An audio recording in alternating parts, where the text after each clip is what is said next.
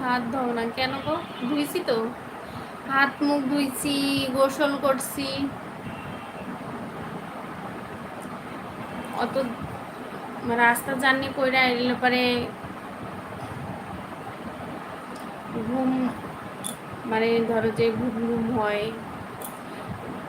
ওই যে সব কিছু কাপড় চোপড়ে আবার কাদা দিয়ে মেখে গেছিলো, এগুলো আবার পরিষ্কার করলাম।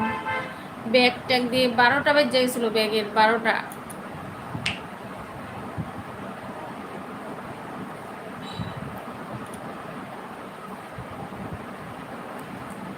ছিলাম পুরো রাস্তা ভালোই ছিলাম বুঝছো। এই পাশের থেকে বাসে একটা বাস আয়া দিল একবারে, দাদার প্যান্ট ট্যান মাখাইয়া দিছে কাদা দিয়া, আর আমি তো পুরোই শেষ।